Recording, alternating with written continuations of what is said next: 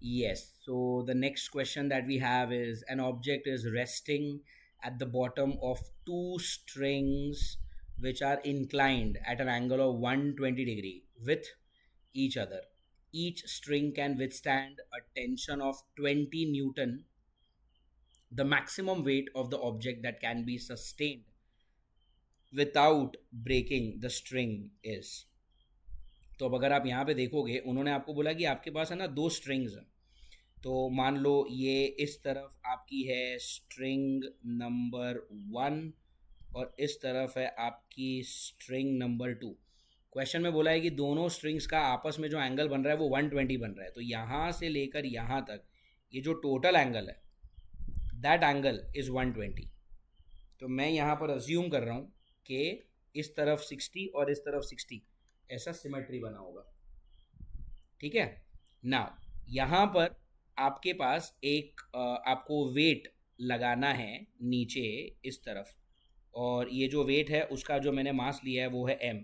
Of course नीचे gravity act करेगी mg।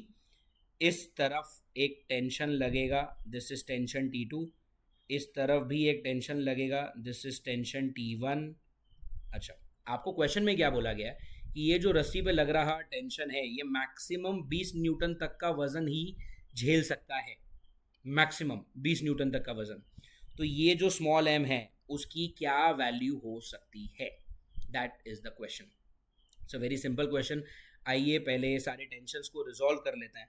सो इस तरफ के टेंशन की पहले रिजोल्यूशन करते हैं। This is T2, this angle is 60, so this upward force is going to be T2 cos 60 and we know that cos of 60 is going to be half. तो मैं यहाँ पर इसको कर देता हूँ T2/2 एंड ये वाला जो फोर्स है ये हो जाएगा T2 sin 60। Sine of 60 is √3/2। Correct. अब मैंने T2 को रिजॉल्व कर लिया है तो यहाँ से T2 जो है वो हट जाएगा। और अब हम बात करते हैं T1 की। T1 को अगर रिजॉल्व किया तो this is T1 and this is angle 60। तो ऊपर की ओर जो रेजोल्यूशन होगा वो होगा T1 sin 60 sine of T2 cos 60, cos of 60 is half. और इस तरफ जो फोर्स बनेगा वो होगा T2 sign 60, sine of 60 is √3/2। तो इस तरफ भी आएगा √3/2। और अब हमने T2 को भी रिजॉल्व कर लिया है तो इसलिए ये वाली चीज़ भी यहाँ से हट जाएगी। ठीक है। Now as you can see कि जो बॉडी पे लगने वाला ऊपर वाला फोर्स है और नीचे वाला फोर्स है वो तो बराबर होना चाहिए, तो ही तो आपकी बॉडी इक्विलिब्रियम में रह पाएगी। तो ऊपर का जो फोर्स है वो है T1/2 प्लस T2/2। तो हम यहाँ पे लिखेंगे T1/2 प्लस T2/2 और वो मैच होगा किसके साथ, mg के साथ। तो यहाँ पर mg आएगा। But at the same time by symmetry we know that ये जो T1 है और ये जो T2 है वो दोनों सेम है। अब अगर आपका T1 और T2 सेम है तो आप यहाँ पर वो यूज़ करोगे तो ये हो जाएगा T1/2 प्लस इसको भी मैं लिखूंगा T1/2 which is nothing but mg।